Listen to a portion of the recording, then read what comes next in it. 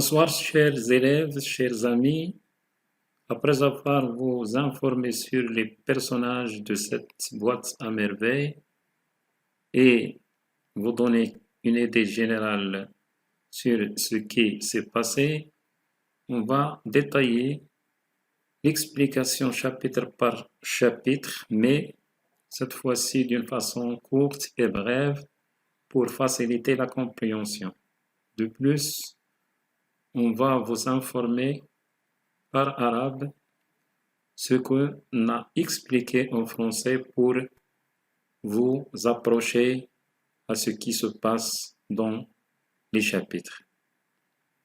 On va commencer par le chapitre 1 où le narrateur adulte, miné par sa solitude, commence son récit pour mieux comprendre sa solitude qui date depuis toujours. Il veut dire que la vie qu'il a vécue est une vie solitaire, sans amis.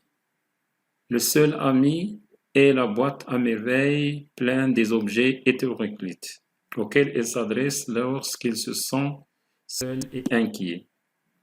Il passe ensuite à la description d'un lieu qui est Dar Chouafa, en commençant par le rez-de-chaussée habité par une femme voyante appelée Tante Kinza, ou bien la Kinza. Puis il passe au premier étage habité par Driss L'Ouad et sa femme Rahma et leur fils Zineb. Et ensuite, il passe au deuxième étage habité par deux familles, Fatma al-Bziwiya, son mari Allal le jardinier, et la Zoubida avec son mari Sidi Abdeslam et leur fils Sidi Mohamed. Le narrateur évoque aussi certains événements qui se passent dans le bain mort et qu'il a comparé à l'enfer à cause de la mauvaise traitement de sa maman, le brouillard, la chaleur, l'agitation et la dispute entre les femmes dans ce lieu ennuyeux pour le petit enfant Sidi Mohamed. Après, il passe à nous informer d'un événement spectaculaire. C'est une dispute s'est déroulée entre sa maman la Zoubida et la voisine Rahma sur la lessive. هكذا كما قلنا حاول الراوي سيدي محمد أن يحيطنا بمجموعة من المعلومات بداية من إشارة إلى أنه عاش وحيدا ولم يكن له أصدقاء وكان يلجأ عند إحساسه بالوحدة والقلق إلى علبة العجائب المليئة بمجموعة من الأشياء البسيطة التي كان يعتبرها كشخصية وهمية.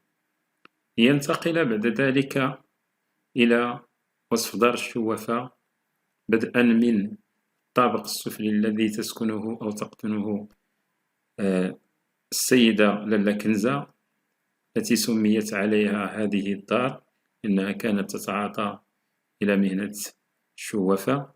ثم انتقل بعد ذلك إلى الطابق الأول الذي تسكن فيه رحمة وزوجها دريس العواد، وبعد ذلك الطابق الثاني الذي تسكن فيه عائلتان، هي عائلة لالا زبيدة زوجها سيدي عبدالسلام وابنهم سيدي محمد، والعائلة الثانية هي عائلة فاطمة البزيوية مع زوجها علال البستاني.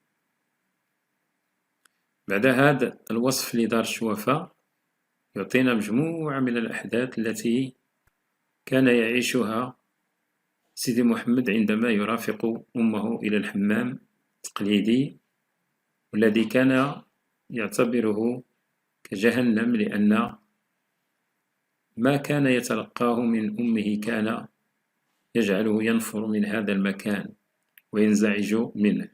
كذلك صراع النساء والحرارة ومجموعة من الأحداث.